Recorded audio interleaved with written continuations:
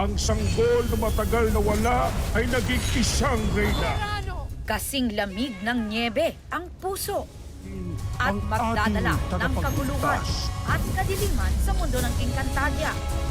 Siya si Kera Mitena, ang reyna ng Miniave na ginagampanan ni Rian Ramos sa inaabangang kapuso telefantasya na Encantadia Chronicles Sangre. Si Mitena, ang kakambal ni Batalumang Cassiopeia, ang unang reyna ng Lireo. Sabi ni Rian, malaking hamon para sa kanya ang kontrabida role na ito. Hindi ko siya madidescribe as gray. She's the most evil. Ang pinaka-evil na nilalang na tumapak sa Encantadia. Oo, napakasama niya talaga. Bilang paghahanda sa role, nag-training si Rian ng iba't ibang klase ng martial arts at paghawak ng sandata dahil marami raw siyang fight scenes.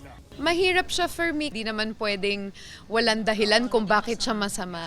So, ginagawa ko pa rin siyang totoong tao para sa akin kung bakit siya dumating sa ganung punto. Kung ang Encantadia ay may salitang enchant, may sarili ring alpabeto ang Miniave na inaral din daw ni Rian.